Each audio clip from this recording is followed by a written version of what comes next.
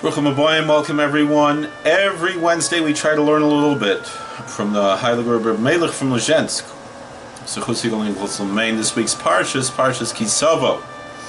In the book of Deuteronomy, chapter 26, verse 1, we read V'hoya Ki Savo, and it will be when you come into the land. It appears that we could explain this as follows. There are two archetypes of saints. Begia Shabbos Kodesh Netoitzav Olav Kedushi Yisera She'oived Me'ahava. There's a type of saint that all week he serves God with fear, and then when the Sabbath comes, love is added into his mode of worship. Ki Bechina Shabbos Yahava, because the archetype of the Sabbath is the archetype of love. V'yavei Hatzadik B'Madrega B'Madregas Ahava, and so therefore the saint reaches this archetype of love. There's also a saint that even in the weekdays worships the Lord out of love. And such a saint is called himself the Sabbath. Talmud Chacham Nikra Shabbos, as the Holy Zohar teaches, that a Torah scholar is called the Sabbath. Because the Sabbath is an archetype of love. But tzaddik hazeh gam kein tamid b'chinas hazos, and this saint is also always in this archetype. But l'chein gam kein nikra Shabbos. That's why he is also called Sabbath. V'zeu shemer chazal kol ma'an eges Shabbos noistin loy nachlu b'li mitzorah. So this is what the sages teach, that anyone who enjoys the Sabbath is given a limitless heritage. So the word S, which is connected to the direct article, could also mean with. So meaning that if a saint is on that archetype, that he rejoices with the Sabbath, and they enjoy each other's company, so to speak, because he's constantly in this archetype of love like the Sabbath. Then he's given this heritage,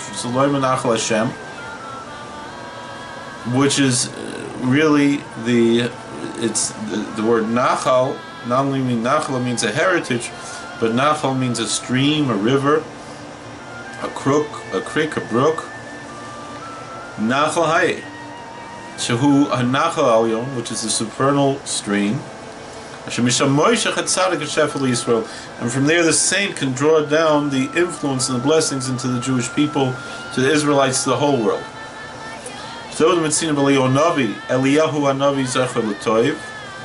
That's where we find Elijah the prophet, maybe remembered for good. He sat by a stream called Kerith, and the ravens would bring him bread. Why did God choose ravens, who are understood to be cruel to their children? Why should they come tapping on the chamber door to bring Elijah some bread? And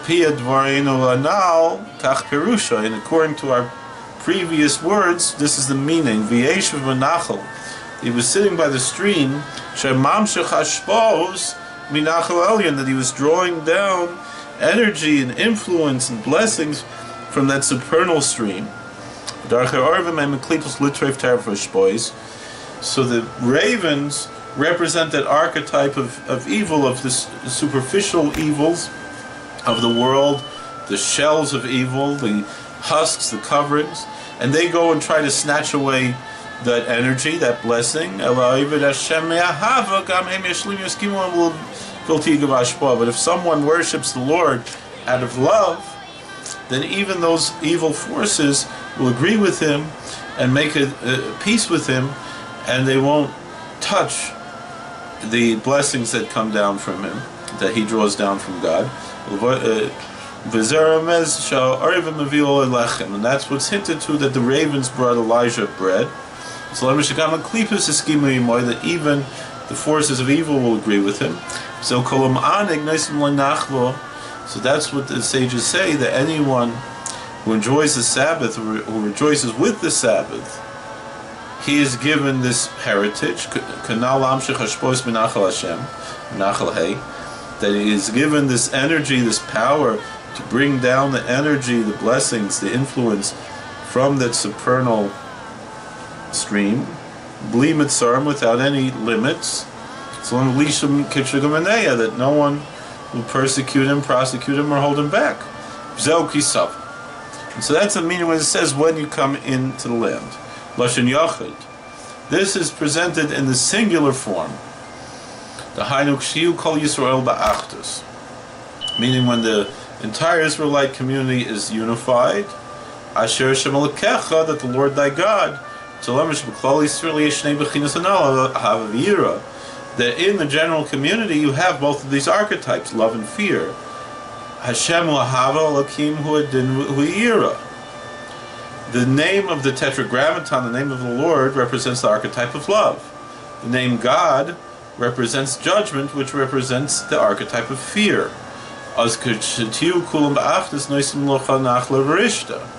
When they're unified, both of these archetypes, then you're given this heritage and you inherit it. You take possession of it. That means that the stream of God, the stream of the Lord, will be in thy hand. To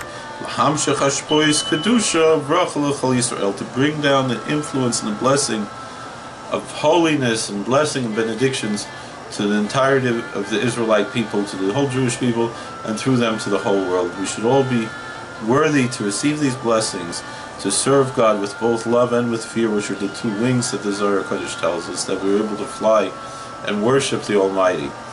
And in this way we should be worthy to receive all these blessings, and you should have all the good things in the world. Please like, share, and subscribe, comment, and if you're interested maybe in a membership as well, so we can continue to support this important ministry. God bless. Please like and subscribe, comment. We'll see you later. We hope you enjoyed this content. This channel has over 5,000 videos, including Torah commentary, podcasts, footage of Jewish and historical events, and much more. We are sure you will find more videos you will enjoy. Please like, share, subscribe, hit the bell button, and comment. Rabbi Kulikowski often makes videos based on questions in the comment section, so you might have a video made just for you. By helping this channel grow, you are helping to spread Torah. God bless. We hope you enjoyed this content.